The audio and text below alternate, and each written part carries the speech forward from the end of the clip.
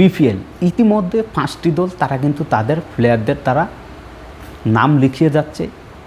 5টি দলের মধ্যে কারা কারা ডাইরেক্ট সাইনিং করেছেন এবং কে কোন দলে গিয়েছেন, এছাড়াও বিদেশি খেলোয়াড় কে কোন দলে আসছেন বা কোন দল কোন প্লেয়ারকে নিচ্ছে, সেটাই সর্বশেষ যে আপডেটটি আসছে এখন পর্যন্ত সেটা আপনাদের মাঝে শেয়ার করব। রাজশাহী স্ক্রিনে দেখতে পাচ্ছেন, রাজশাহী ডাইরেক্ট সাইনিংয়ে 2 জনকে নিয়েছেন। একজন হচ্ছেন আমাদের বাংলাদেশ ক্রিকেট দলের ওপেনার তানজিদ তামিম, দ্বিতীয়জন হচ্ছে লর্ড শানকে ডাইরেক্ট সাইনিং দলে বেরিয়েছে। এছাড়াও বিদেশি খেলোয়াড় হিসাবে শোনা যাচ্ছে আজাদ ফারহান, তাকে তারা দলে নিতে চাচ্ছে, এরকমই শোনা যাচ্ছে। ঢাকায় ইতিমধ্যে 2 জনকে ডাইরেক্ট সাইনিং করিয়েছেন। এদের মধ্যে বাংলাদেশের বর্তমানে ফর্মে থাকা সাইফ হাসান এবং 2 নম্বরে বাংলাদেশের ফাস্ট বোলার তাসকিন আহমেদ। সেই সাথে বিদেশি প্লেয়ার হিসাবে শোনা যাচ্ছে ইংল্যান্ডের খেলোয়াড় জয়সন রয়, তাকে কিন্তু দলে বিরাচ্ছে তারা, এরকমই শোনা যাচ্ছে।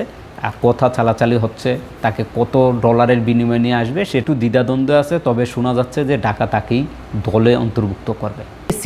সিলেট ইউনাইটেড তারা যেটা করছে, তারা ইতিমধ্যে ডাইরেক্ট সাইনিংয়ে 2 জনকে দলে বেরিয়েছেন, আমাদের মেহেদী হাসান মিরাজ এবং নাসুমা আহমেদ, এবং ক্যাপ্টেন মেহেদী হাসান মিরাজ থাকবে। সেই সাথে আমাদের বাংলাদেশি কিপার হিসাবে থাকবেন আকবর আলী, এরকমই শোনা যাচ্ছে।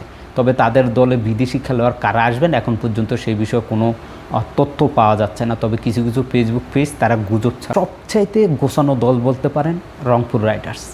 তারা ইতিমধ্যে দেশি খেলোয়াড়ের সাথে সাথে বিদেশি খেলোয়াড়দেরকেও কিন্তু তাদের দলে বেরিয়েছেন। ডাইরেক্ট সাইনিংয়ে রংপুর রাইডার্স তারা নুরুল হাসান সোহানকে এবং সেই সাথে পেস বোলার মোস্তাফিজুর রহমান, তাদের 2 জনকে ডাইরেক্ট সাইনিংয়ের দ্বারা দলে বেরিয়েছেন। বিদেশি খেলোয়াড়ের দিকে তারা কুশদিল শাহ এবং ফাহিম আশরাফকে তারা দলে বেরিয়েছেন। সেই সাথে বড় একটি নাম, সে হচ্ছে ডেভিড মিলারকেও কিন্তু তারা দলে বেরিয়েছেন।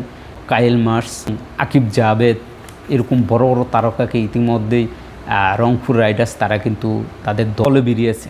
এরপরে আসি চট্টগ্রাম রয়্যালস।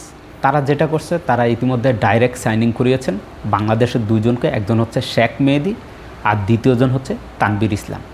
এছাড়াও শোনা যাচ্ছে বিদেশি খেলোয়াড়ের মধ্যে তারা পাকিস্তানের আবরার আহমেদকে তারা দলে নিয়েছেন। প্রতিটি দল চাইলে সর্বোচ্চ 6 জন বিদেশি খেলোয়াড়কে তাদের দলে যুক্ত করতে পারবে, এরকমই বিসিবির পক্ষ থেকে শোনা যাচ্ছে এবং বিসিবির পক্ষ থেকে সেই অনুসারে প্রতিটি দল কিন্তু তারা বিদেশি খেলোয়াড়দের সাথে যোগাযোগ করছে।